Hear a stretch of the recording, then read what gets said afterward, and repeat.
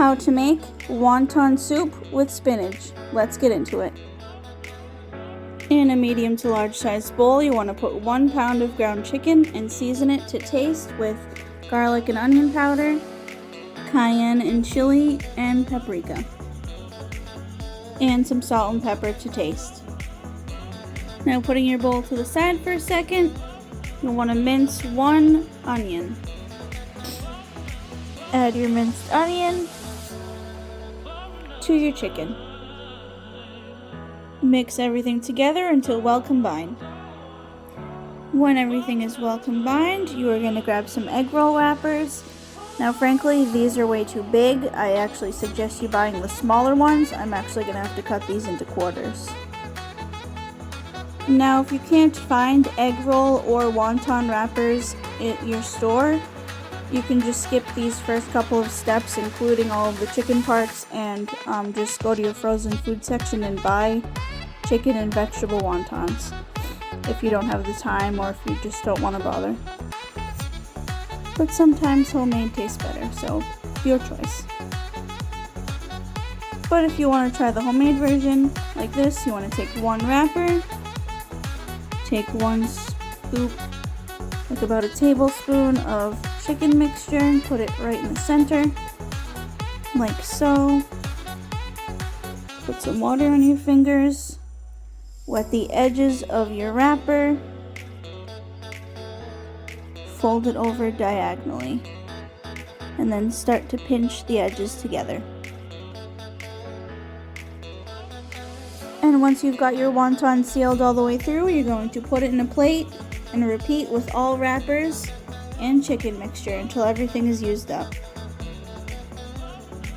Now, when you have all of your wonton or your egg roll wrappers filled up, just put these to the side until we're ready to use them for a minute. Now, if you're like me and have some extra chicken left over, don't worry about it. Just put this to the side also. We can add this to our soup in a little bit. In a pot, add 1 32-ounce container or 4 cups of chicken broth. Add 2 cups of water and bring this mixture to a boil.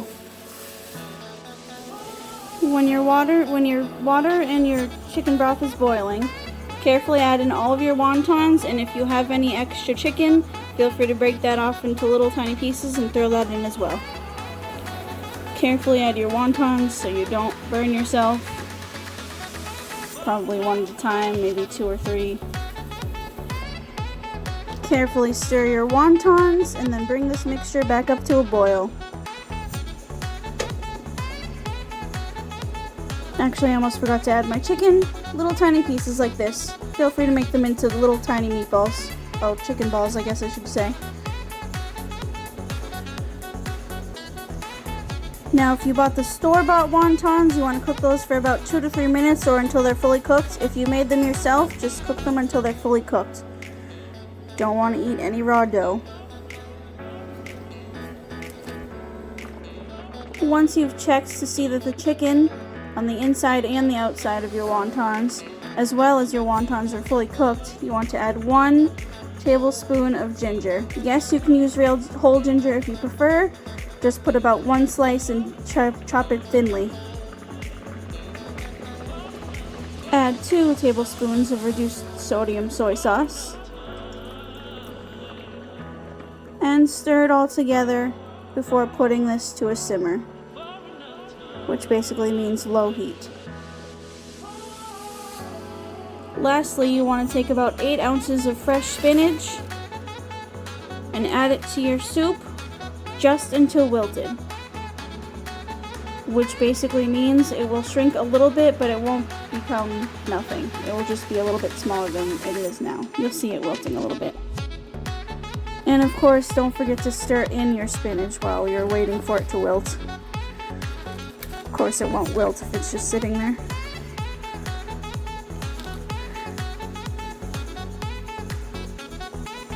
This is what your spinach will look like when it's wilted, and when it's done wilting, like that, take it off the heat. Serve immediately with nice crusty bread, and enjoy!